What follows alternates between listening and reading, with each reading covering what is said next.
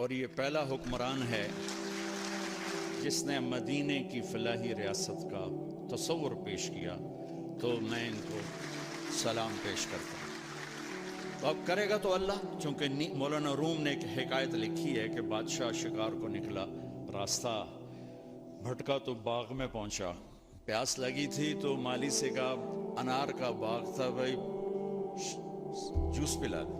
اس نے ایسے نچوڑا ایک انار تو پورا گلاس بھر گیا۔ تو بادشاہ کے دل میں آیا کہ اس پر تو ٹیکس لگنا چاہیے، یہ ٹیکس فری کیوں ہے؟ تو اس نے کہا ایک اور پلا۔ اس نے دوسرا نچوڑا تو گلاس آدھا ہوا۔ تو بادشاہ نے کہا پہلے بھر گیا اب آدھا۔ کہنے لگا یہ لگتا ہے بادشاہ دی نیت خراب ہو گئی ہے۔ تو بادشاہ نے دل ہی دل میں کہا یا اللہ میری توبہ، میں نے ٹیکس لگا تھا۔ کہا بھائی ایک اور پلا۔ اس نے پلایا تو پھر پورا بھر گیا۔ تو اس نے کہا اب کیوں پورا بھر گیا؟ کہا جی لگتا ہے نیت ٹھیک ہو گئی ہوگی۔ تو بادشاہوں کی یعنی اہل حکومت کی نیت کا اثر ہوتا۔ یہ پہلا شخص ہے جس نے کہا میں اسے فلاحی مدینہ کی فلاحی ریاست بناؤں گا۔ اللہ انشاءاللہ بنائے گا۔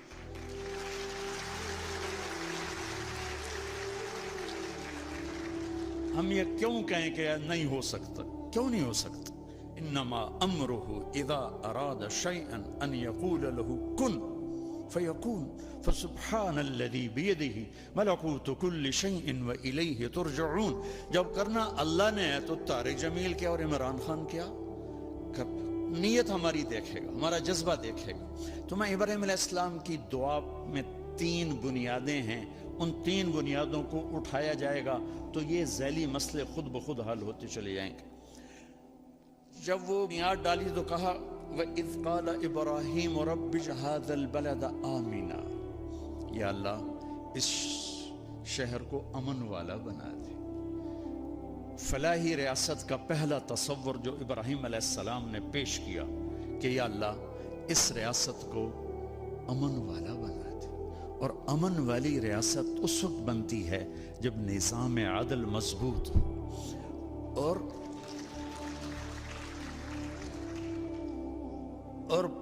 پولیس مضبوط ہو۔ پولیس پر سیاسی لوگوں کا جب تک تسلط رہے گا نظام لوگوں کو انصاف نہیں مل سکتا۔ اور قانون آپ کے جج حضرات سے سنا ہے کہ ہمارا قانون بہت کمزور ہے، بہت کم سالوں گزر جاتے ہیں ایک کیس کا فیصلہ ہوتے ہوئے۔ اس میں کیا کرنا چاہیے؟ یہ سارے فاضل جب صاحبان یہ بہت بڑی ہمارے پاس اللہ کی نعمت ہیں، ان کے ذمہ جو کام نہیں وہ بھی کرتے رہتے ہیں۔ سبحان اللہ، سلام ہے آپ کو۔ تو پہلی بات کہ یا اللہ اس بستی کو امن والی بستی بنا دے۔ دوسری بات وَارْزُقْهُم مِّنَ الثَّمَرَاتِ لَعَلَّهُمْ يَشْكُرُونَ، یا اللہ اس ملک والوں کو، اس دیس والوں کو پھل کھلا، روٹی نہیں آکھیا، پھل۔ پھل کا وہ کہتے ہیں جب معیشت مضبوط ہوتی ہے، اکانومی جب مضبوط ہوتی ہے۔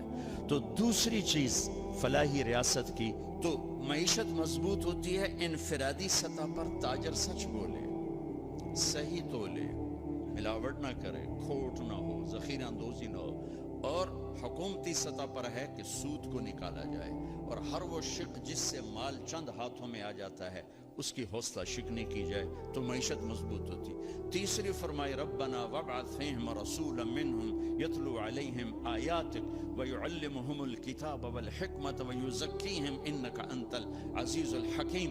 اللہ ان میں کوئی بھیج ایسا اپنا بندہ جو انہیں علم سے آشنا کرے، جو انہیں علم سے آشنا کرے، جو انہیں علم سے آشنا کرے، جو ان کو ان کا تزکیہ کرے، جو انہیں علم سکھائے، انہیں کتاب کا علم دے، انہیں حکمت کا علم، کائناتی علم بھی دے، دنیاوی علم بھی دے، دینی علم بھی دے، اخلاقی علم بھی دے، اور ان کے اخلاق کو خوبصورت بنائے۔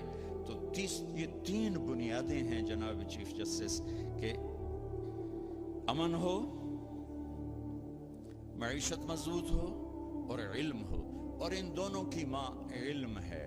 علم ان سب پہ سر فہرست ہے۔ کہ علم انفرادی سطح پر چور کو چوری سے روکے گا، وہ یہ کہے گا اللہ دیکھ